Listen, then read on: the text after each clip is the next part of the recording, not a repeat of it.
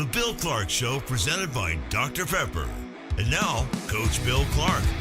Welcome in. It's the Coach Bill Clark Show, presented by Dr. Pepper and, of course, Buffalo Rock. Pat Smith along with Molly Robinson and Coach Bill Clark. Coach, great to see you. I've been out of pocket. You've been out of pocket. It's the summertime season, but it's good to see you. Yeah, good to see you. Coach Safely hat on. I know I guess we'll get a picture. Molly will get a picture of us today. So, Coach Safely hat. She's got her T-shirt on today, so repping good. But yeah, we've been out, but it's getting that time of year. We're starting to get excited. You know, it's interesting because I was in Atlanta last week for SEC Football Media Days, and I started thinking about you at the old days of Conference USA and the American Conference.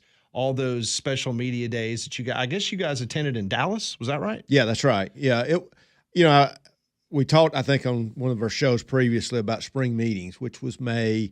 You went to the beach and you had your meetings, and then at nighttime you'd all get together. You had the football coach, the AD, the basketball, men's and women's basketball coach, SID. It was more of you finish spring training, you're looking ahead, but you got some time off, and it's just a more relaxed setting. You start getting to these media days, now it's here. You brought two players with you. You're getting questions that are specific to the season. You are with those other coaches. So your meetings, you do have meetings together, but they're very brief. In regards to the players, did you ever have these really difficult decisions? Did you have players that say, hey, coach, or they tell their position coach, I really want to go to media days? Or was that just something you guys decided as a staff? Or is it something that you decided by yourself? Yeah, I pretty much decided. I think there was times, some of the tough ones when you have multiple players you'd love to bring. And, I think that was really a chance to showcase guys that really embodied what you wanted your players to look like. And of course, it was a reward too. It was a reward, and I think it was just a way. And sometimes, what was always funny is those guys that he's a really good leader and he's a good player, but he's a quiet kid. Do you put that guy out there? But that's usually what you did because it was about leadership and how you played. Do you remember any really goofy, off the wall questions you were asked that you had to bite your tongue and you didn't really become the Bill Clark that I know and love?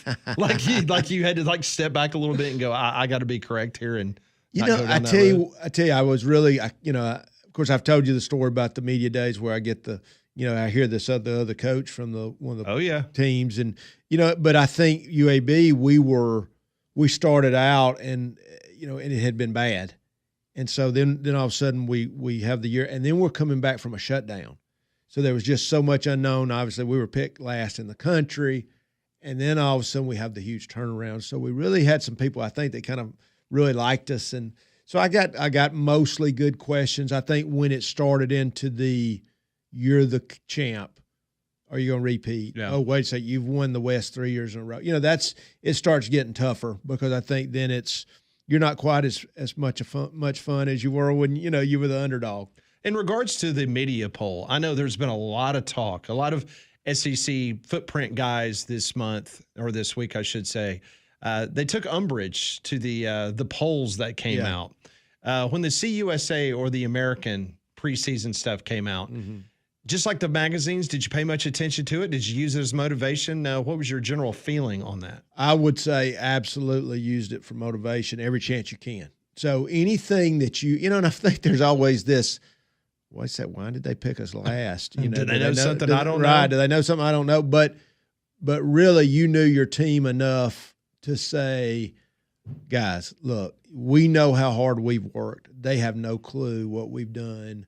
But we got to prove them wrong. And we prove them wrong by how we work, how we practice, how we, but it's always when you have the chip on your shoulder, you've got something to prove. That's where you want to live.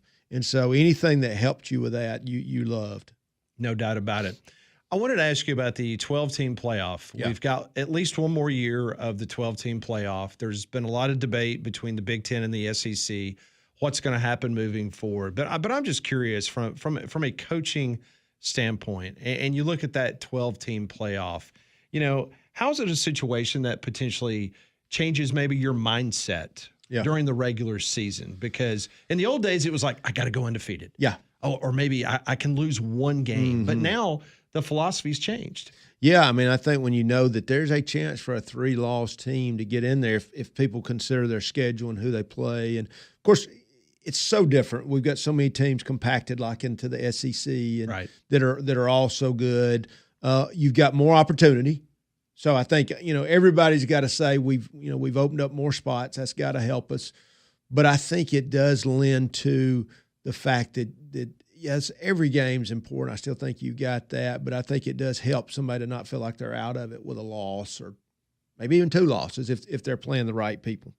In regards to access, having now 12 teams that get invited to this postseason tournament, how has that access potentially changed the mindset potentially of a coach, whether you're a group of 5 or a Power 4 coach, in regards to being able to have more teams available for postseason? I think anything for your team, I say this all the time, it's like a teacher going in and giving a student an F within the first few weeks. You've lost that student. I used to tell faculty, I'm like, look, these are things that I think just every time somebody feels like they have an opportunity and I have a chance at something big, I think that's better. That makes for more competition. It makes for better games. It makes for better belief. So I like the expansion. I think there'll come a time, because it is football and your body only has so many games in it if they start overdoing the expansion, but I love the opportunity. I love the opportunity, especially for the Power 4 or non-Power 5, I should say, or Power 4. I just think the opportunity is really exciting. Okay. In regards to that, because you just kind of gave us an idea, a further topic is the belief, is 12 too many? Where's the happy number for you? Is it 14? Is it 12? Is it 14? Is it 16? Is it, my goodness, you got FCS, they're in the 20s with how many teams can participate. I mean, what's that happy place for Coach Bill Clark? I like 12. I like the expansion. I think the good news is, let's see. Let's see what that does. You like the straight seating? I do. I like automatic qualifiers, the straight seating. I do, because as long as it's done right. I mean, I think we're going to really look at this committee. I was asked about being on that committee at a few months ago, and really didn't pursue it any further. I got the Coach Safely job. Daggum, why didn't you take that Well, I don't job? know if they would have wanted me, but I would have been interested. So much insight. I could have come on here every day on the program. They would have probably met me and really said, nah, you just can't really do this. But it was interesting because it really got me thinking, what would that look like? And, of course, that job was probably they were looking for somebody to relocate to Dallas, and I wasn't interested in that, but which kind of also threw it for a loop. But I think just do they get the seeding right, which that's going to be the question here, because we don't want to take away what went in a conference, because I know what that means. It does mean a lot. But it should be fair. It should be fair if the seeding is done correctly and if you take care of business and do the things you're supposed to do. They're going to see it. It's going to be scrutinized and watched. And, right now I'm optimistic.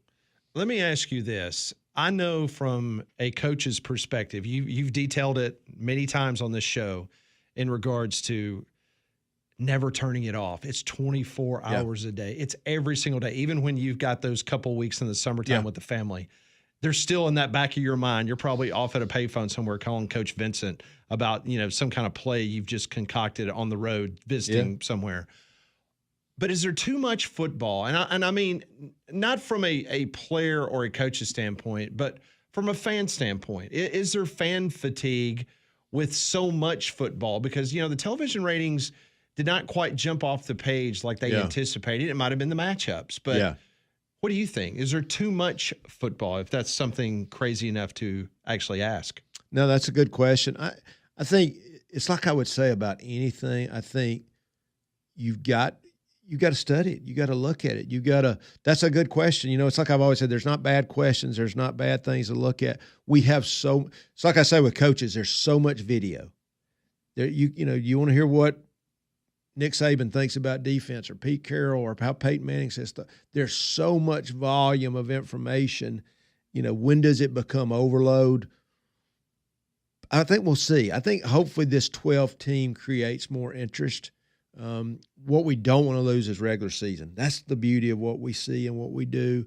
And then, of course, I'm always worried about the NIL. That does it, and I hear this from fans because they want to talk to me about it. And, now they don't feel the same as they felt about the players before, coaches maybe. I don't know. That's a worry for me because we were so good, and I think hopefully we can get back to that in some degree. I am excited about the 12 teams for sure. One thing's for sure, if the selection committee would go to Smart Bank, I think all of us would feel much stronger in regards to their picks every week. Well, I think people are really starting to say that, like you used to say about Holiday Inn Express. Now it's just if you go into Smart Bank, that's right, you get smarter. I'm going to try and go there a lot. But no, the folks there really, I think that's the cool thing is just what I hear from customers, and that's growing, is the people care about you. They know who you are, and they're going to treat you, each person that goes in there like they are somebody, and that's what I like. Coach, earlier this week, Mike Locksley, the head football coach of the University of Maryland Terrapins, he was kind of shocked some of the Big Ten media where he was talking about last season, a lost season for his Terrapins, did not go quite as well as they had anticipated. And he said NIL was the problem. Not that they weren't paying enough players, but it was that chasm in the locker room that we all heard about before NIL became in existence, that it potentially had the potential of blowing apart locker rooms in regards to, well, this lineman is getting paid this, where your starting running back is not getting that. And it caused friction in the locker room. Just your thoughts on that in this NIL world and how difficult it is with coaches you talk to about having to balance that in the locker room. Yeah. First, let's go back to the 24/7.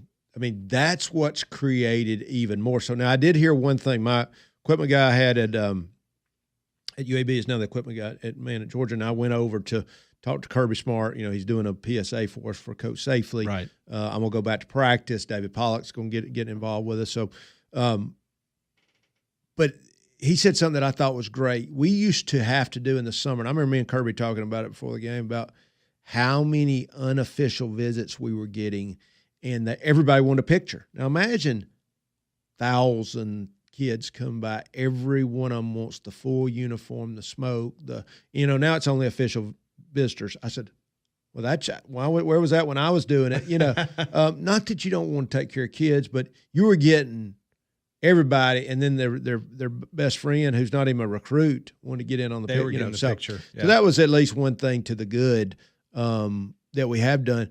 But if you're that was, and I talked to this so many times, seat 1, seat 4, seat 10, seat 20, every one of them were my players. You didn't know if the other guy beside you was a walk-on. You knew this guy was good, but I was trying to treat him like a player. Now, the door was open, that we knew those guys, and we knew the really great ones. They knew who they were. Everybody around them knew who they were. But you're trying to train like, now there's a number, and they know the number. Is it his roommate? Is it a guy's his position? Wait a second. I had a great first game. I had 10 catches. Or I'm trying to justify what I'm being paid personally, not for the team. So now some of that could be good to create standards, and, we're always trying to get our guys to perform at their best. As I talk to those guys, I'm like, man, I'm praying for you, because how do you not have issues? How do you not have problems? Which then I think you go back to, and I'm going to get to what do I think I would do? I think it's got to be even more so, as much as you can do it, team, family. And we've always taught production. We've always taught accountability. And so how do you create accountability with NIL, which I've heard a lot of guys have tried to do, but can you keep the other part that was always so important to me that I loved? I think it's going to be a constant battle. In regards to kind of the advice that you would give coaches, I know you still have extremely close friends in the coaching industry, and when you have these conversations, or even if it's a young coach just now getting in the college game, what kind of advice would you give them in this NIL world or transfer portal world that we live in? Yeah, I think the guys that I talk to that to what we said a minute ago, they are accountability. They are, we're paying you, but you got to have your pay model the right way, which means you've got to be paying the right people, and maybe you lose out on somebody, but not to sacrifice your model, which is there's a hierarchy based on what you've done, maybe your age. What is that that allows you to have the right locker room? You've got to do a heck of a job with your front office now, which is what it is, to make sure you're paying people the right way and you're still focusing on the things that count. that still have a team basis and accountability standards. So I think those things, it's like I always tell coaches, things are right are right. You want a message, you better say it over and over and over. You want to get some result, you better work it. You better practice it. You better do it in the weight room. So I think fighting against this money, but you're still paying your guys, because that's just the world we're in. So it's not that you're not paying them, but you got to come back to all those things that win, which is what I say, which is high accountability. Every Friday night, Molly and I both are very fortunate to be a part of the high school football scene in the state of Alabama. And ever since, honestly, from the pandemic on, I've seen really good football players, juniors and seniors, not have the opportunities that they used to have. Yeah. Because now everyone is so, I'm going to go to the transfer portal. Like I want to get that guy that's already been to college for a couple of years. I want the experience. And so now you're seeing a lot of young people not get those opportunities. So I want to take you back to when you were coaching at UAB, because I know that you were successful in getting in the homes of those kids and going after the young athletes that you need for your program, because that's the kind of kid and families you wanted a part of your program. How much is that being sacrificed now in regards for the greater good for a team to get W's instead of building a program? No, I think that's what they're all doing. They're all trying to find the guy who's he's more economical, and he's proven. But he's proven at a Division II, an FCS, a non-Power 5. And so that's what they're trying to do. They're trying to go get that guy, not in high school, but already has proven himself. So the Jack States of the world and maybe the UABs go and say, we're going to go get this high school kid and try and start him that way, develop him. It's so hard for those guys to hold on to the people they have because, ours was family. It was the locker room. It was playing for more than yourself. It was all those things. Now, I'm saying that and saying you still got to do that. You still got to have that. You still got to preach all the things you preach. You just know in your heart you're going to lose some of those guys or maybe a lot of those guys. So I know it's tough. And I think big thing, once again, back to what is your niche? What can we do that other people are not doing? And maybe it's high school kids. Maybe it's junior college kids. That was the niche for us at UAB early, and we kept those relationships with those JUCO coaches, so we know how to work them as far as guys to listen to. And I still want to listen to the high school coach and the junior college coach, which, of course, now they're listening to maybe these other coaches that they played for. I don't know who they're listening to. Unbelievable. Well, one thing's for sure, Donahue Chevrolet, great sponsor of the program, and I saw you driving in your Tahoe today. Of course, you purchased it right there at Donahue. I did, and I've got another person asked me the other day about my Tahoe, and I think all their Chevy products are great. Obviously, we love the Tahoe, but more than anything, just the service you get from our friends at Donahue. Same thing I just said with Smart Bank, people that are going to take care of you. It's like I said about Chris Donahue. You know who this guy is. You know what he stands for. I think he's going to train. That's what you want. You just all want to be treated fair. Coach, we were just talking about this new landscape across college football. Mm-hmm. You coached at UAB. You brought the program back. You guys were extremely competitive in the group of 5. You had many SEC coaches go head-to-head with you, and they were very impressed every single time that they played you guys. But let's just be honest. Now in this new landscape, how difficult is it going to be for the group of 5s to position themselves to even sniff a college football playoff or even have an opportunity to maybe win a game or two and make people think, okay, this team could go on a run here? Well, I did hear something interesting about the AAC the other day, that this guarantee that their commissioner, I'm hearing good things about the new commissioner. Now, remember we talked about our old commissioner came in as we were about to go in the league. Mike Oresco, called me multiple times to say we were going to be the next Cincinnati. And, of course, we were dealing with a lot of funding issues that we won't go into right now. But and I appreciate that. We had just beat BYU, and he had done a phenomenal job, with that league. Of course, they lost Cincinnati, and we're losing Houston and Central Florida. I'm here now, the new commissioner, and I don't have his name in front of me, but I think he really held some people's feet to the fire to make sure they were part of the collective, not the collective bargaining, but the institutional money. So I think the AAC has – Now, we're not talking about Power 4 money, but I think compared to the other non-Power 4, they're leading, which what we thought they would. So it's going to be interesting. I do think they've got some advantages over the other one because I think they've started to create some parity among all those, the non-Power 4. I think to me it's still going to be interesting. I saw today, what was there? An attorney had come out with something about collective bargaining that looked like they were going to start getting some collectives back involved. And of course, I told you, this was months ago when I had a guy tell me, he said, Coach, the DART money's still there. Now imagine with all the money that people are getting, and there's still the DART money. The uncle or the auntie or the strength coach, not strength coach, but trainer. Yeah, I should use that word, trainer. So anyway, it's interesting. I wanted to ask you about Memphis because it came out earlier this week that Memphis had offered between $200 million and $250 million to the Big 12 Conference to take them immediately. And a part of their deal is they said, look, if you don't like us as members in 2030, you can kick us out. Like, give us 5 years. Let us come in. Let us be a part of the conference. And then if you don't like us or like what we say or do, then guess what? You can kick us out. The Big 12 said no thanks. Didn't even consider it. Didn't even come up to a vote. You know that program really well. Coach Silverfield has done just a fantastic job there in Memphis. You know that program. You competed against that program. Is that a program, in your opinion, that could make that jump up to the next level and play Power 4 athletics? That's a good question. I know it was very important to Fred Smith. And, and I know that for a fact. I don't know the behind the scenes as much on that. I have not spoke to him about that. I've heard, I have multiple coaches there that played for me and coached for me. I know with that backing from FedEx that they had, and I know it was very important to him that they took the leap, and with him having passed away, I would assume there's still a continuum of giving theirs.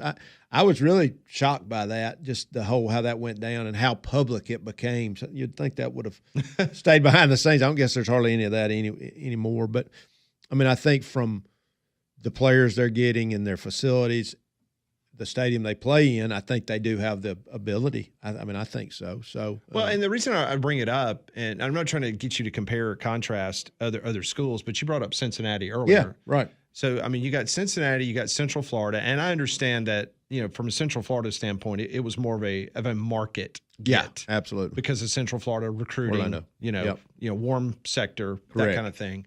But let's just take Cincinnati. I would put Memphis on the exact same trajectory and the same path, facilities and everything as Cincinnati. And if Cincinnati's in the Big 12, why isn't Memphis? Exactly. No, I don't think there's any doubt. Those two, that's a great comparison. And with the right support, that's what UAB should have been. Which is sad. I know, but I think Memphis and what they've done, how they've won teams they beat, they should be able to. And then sounds like they had the financial backing. If that's accurate, obviously, I don't know why. What is the reason? And I guess we'd have to hear more. Yeah, it's someone offering you $250 million to come be a part of something for 5 years. What's the worst case scenario? At least think you'd have a vote. Yeah, and it didn't even get to a vote. Yeah, and I think that's why it leaked out on Monday, because the presidents actually had a call, and I think somebody was potentially going to put that on the board for them to vote on, and that they didn't even get past that point. So it didn't even get to the point where they'd vote. They're going to need 12 of the 16 schools in the Big 12 to approve it, and it never got to that point. So very interesting. K9 Global Protection Group, a home-based Alabama company. You see it stadiums, at airports, they're all over the place. Great sponsor here at the Bill Clark Show. Yeah, man, what a cool deal they have. You got dogs, trained dogs by veterans at our events. They can not only smell bombs, but they can smell guns. Keeping us safe, veteran-owned, right here, local, Auburn, Opelika area. Appreciate them.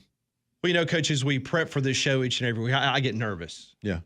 Just because I'm in here with greatness with Molly and yourself. Sure. And so I get nervous. That's I right. get butterflies. That's right. Game day. Yeah. Have you ever had any type of issue, whether yourself or players, that you've had to deal with in regards to, butterflies or guys being nervous or kind of uptight before a game? I'll tell a quick story on – there's so many stories, but this is a good one. I was telling this the other day because I ran into a guy named Mike McCabe, one-on-one kicking, who is working in Pell City now. But he worked for me at Prattville. Right. He was a national kicking coach. I needed somebody with my kickers. And so it was 06, going into the year we were playing us and Hoover, and we were undefeated. First time to stay in a hotel was our first time. We paid for it ourselves. That's before you got any money from the state. We stayed at the Sheraton downtown. We went the night before, all the stuff. Our punter that year had struggled. One of the reasons McCabe got there was to work with a kicker who had done well and our punter who had struggled all year. And right. We were really good that year, but this punter had struggled. Specifically the week before, we'd had a big game against Opelika. One in the end, he had struggled. I think he'd shanked one. He had been told by a few of the players they were not happy with that performance. Oh, boy. So, we've done it all, right? We've done everything you can think to do. This is a huge game, ends up 30-something thousand people there, whatever it was. I'm watching these guys, and I always want to see everybody, are they ready for the game? So I see this punter coming down with his head down. Everybody's got their warm-ups on. I had 120-something players I'm watching. We're going to have a pregame meal. It's kind of a breakfast. Coach McCabe comes up to me and says, Coach, something bad's happening. I said, what? He said, our punter's not going to be able to play. What? I said, what are you talking about? He said, and we did not have a punter before the year, so we had really this. So he's it. And we'd had kickers and punters. It was just one of those years, He's it. I mean, we had an emergency, but he's it. Anyway, McCabe brings him to me. He had thrown up, but he wasn't sick. It was nerves, no doubt. So he's just throwing up because it's the championship game and he's just nervous. Right, and had not performed very well. So I look over there. My trainer gives him a Tums, and we have 4 people. He's in a prayer circle. My 2 chaplains, McCabe and another, and they're praying on him. That game, he ends up averaging 50-something yards a punt. Oh, my goodness. Punts one up in the lights that changed the game. They fumble it, we get it, and go on to have 2 scores. And Coach Probst and I have talked about this many times. I mean, so as the game's over, of course, Coach McCabe is saying the specialist won the game. I said, well, probably the good Lord won this game. The laying of hands and praying. But the Tums made the difference. The Tums and the prayers. And the prayers for our punter who punted 50-something yards. Yes, who was probably in the 30s. So punts out of his mind that night when he's really saying he might not play that game. That's incredible. So great story. That is a fun story. Well, you know what? I'm looking forward to hearing a lot of good stories coming up because the Coach Safely event at Vestavia Country Club, that is right around the corner. Yeah, August 26th, we've got Paul Feinbaum, Tommy Tuberville. I'll be there. We'll be there. You'll be there. Molly Landrum, the whole crew will be there. And we're just going to have a good time, a lot of good food. Tickets are on sale now. You can find them. You can buy tables. We have regular tables. We have VIP tables. So all that's out there. Now we're going to talk, hopefully next week we can really get into it more. And and you can go to CoachSafely.org. Yes, CoachSafely.org. It's out there. There was a good article in Yellowhammer News. 1819 put one out. Should be everywhere. Easy to find. Facebook, Instagram.